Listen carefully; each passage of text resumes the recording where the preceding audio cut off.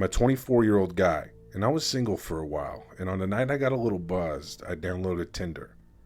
I only did it because I was intoxicated.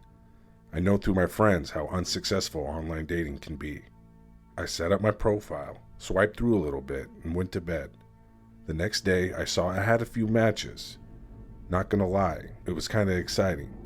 I talked to a few of the girls for a while.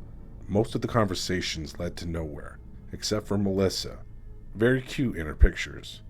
We hit it off pretty well. Very flirty back and forth. After 3 days of messaging, I asked her for her number. She said, "Not yet. I want to meet you first." Even though I was denied her number, I felt good because we planned to meet up that weekend.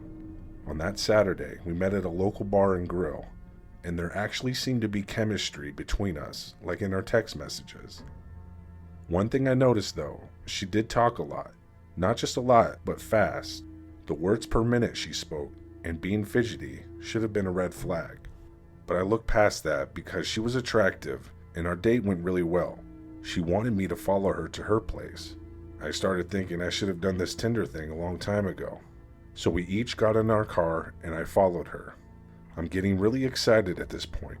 I pop in a piece of gum, one more spray of cologne, just in case, well, you know.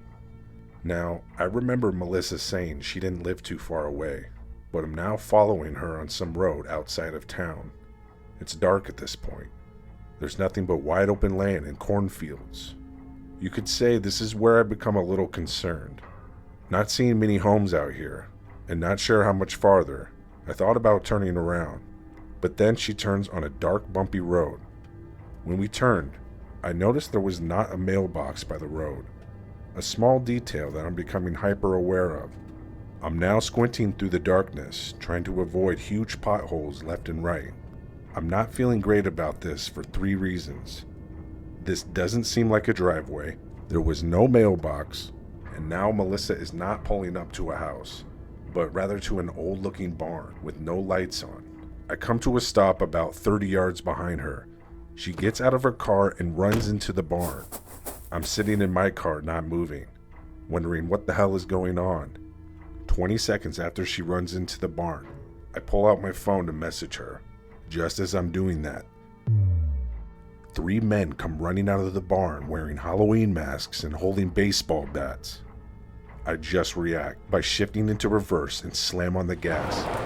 I'm staring at 3 men with bats chasing me while glancing back and forth at my backup camera, and I'm absolutely smashing into these potholes that I was able to avoid coming in.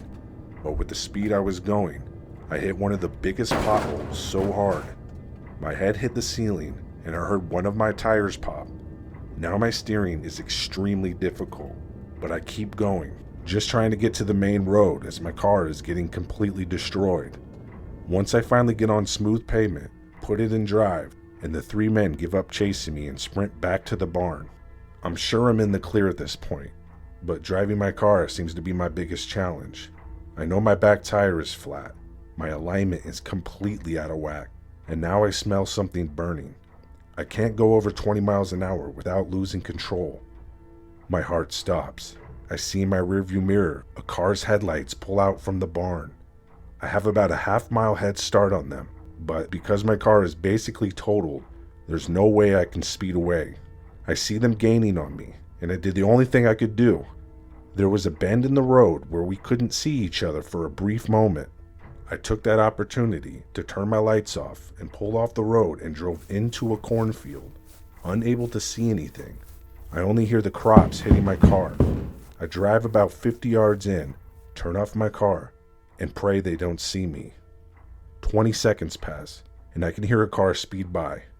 They didn't see me. Thank God.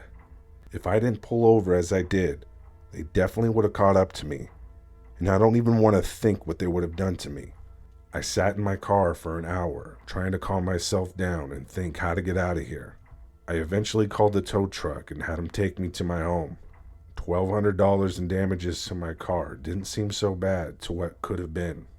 I looked back on Tinder and Melissa's profile was gone. I can't believe I got suckered into a scam. I'm usually ultra aware of frauds like this, but I guess when there's a cute, flirty girl involved, People such as myself throw caution to the wind.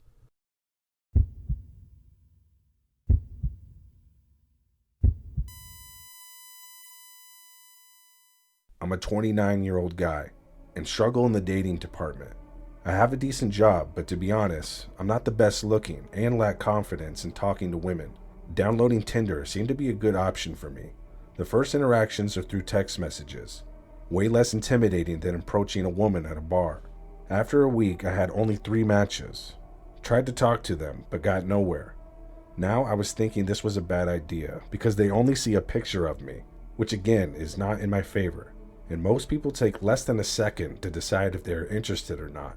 Feeling a little hopeless, I ended up getting matched with a beautiful girl named Gabby. She was way out of my league, thinking it might be too good to be true, but thought I've seen girls with guys before that were out of their league. So I messaged her. She messaged right back. We text back and forth for 45 minutes straight, and she was very flirty. Not to be self-loathing, but I thought, why me? Average-looking girls didn't give me the time of day, but this gorgeous girl seemed to be head over heels. I went along for the ride because it felt nice. She soon said she wanted to meet up, and she meant that night. I was caught off guard, but I didn't want to blow this opportunity. She wanted to meet up at a park that was about 10 minutes from my house. It was odd because it was 8 p.m. and already dark. Why would she want to meet there, I thought, but I didn't say anything and agreed to go. As I was almost out the door, she messaged me to bring my wallet. I thought that was weird. She wrote a follow-up message that said, in case we go out somewhere, you know? I just wrote back, okay. Please don't judge me here. Again, I'm a lonely guy that doesn't get many opportunities, so cut me some slack for going to meet her. I get to the park and slowly drive in. It's completely dark. No cars or people around. I think this is when my common sense kicked in. This now felt like a bad idea. I keep slowly driving in a loop around the park. I get a message from Gabby. She says she's at the swing set. I look over and I can vaguely make out a silhouette. Even from a distance, I don't think this is a girl. Gabby's profile says she was 5'3" and 110 pounds. And from a distance, this person looked 6 foot 200. Immediately thought, hell no. I keep driving and get out of there. I start getting flooded with messages from Gabby. Why'd you leave? Come back. I never responded. Then she says to me, you think you're smart, huh? That confirmed my suspicion and sent chills down my spine. I went home, never responded, and deleted the app. A month goes by and I've totally forgotten about this. I turn on the local news and there was a story about a man posing as a female on Tinder to meet up with other guys and beat them and rob them. They showed a couple of the fake pictures he would use, and sure enough, there was a picture of Gabby. I can't believe what could have happened. I was so grateful that my awareness and common sense was stronger than my loneliness.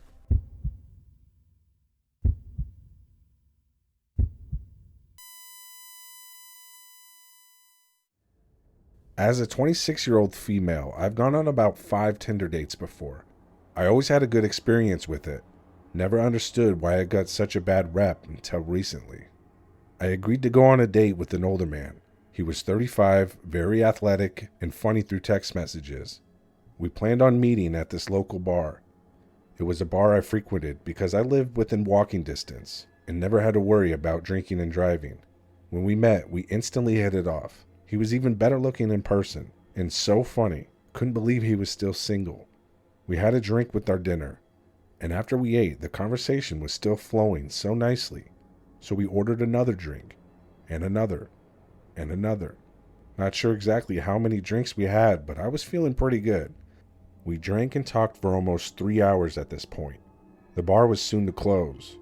So this is that moment where we either say our goodbyes or leave together to continue the date. He said it first. He asked if I wanted to come to his place. He made me feel so comfortable, and being multiple drinks in, I said yes. I obviously didn't drive there, so I agreed to ride in his car. We headed out and got on the freeway, but I noticed he would drift into other lanes and a few times have to jerk the wheel back on course.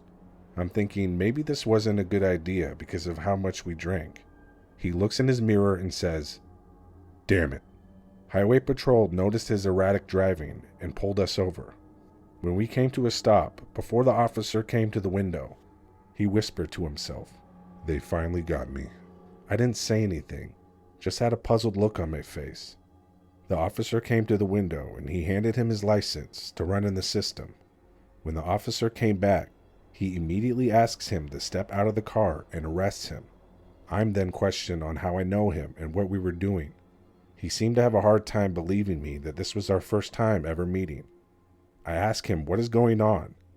The officer says he has a warrant out for attempted murder. I'm shocked and silent in disbelief. He handcuffs my date and puts him in the back of the squad car. More officers arrive. Now I'm standing on the highway, watching 3 officers search the vehicle.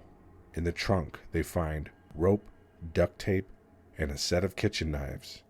I sobered up pretty quickly, seeing I was most likely his next victim.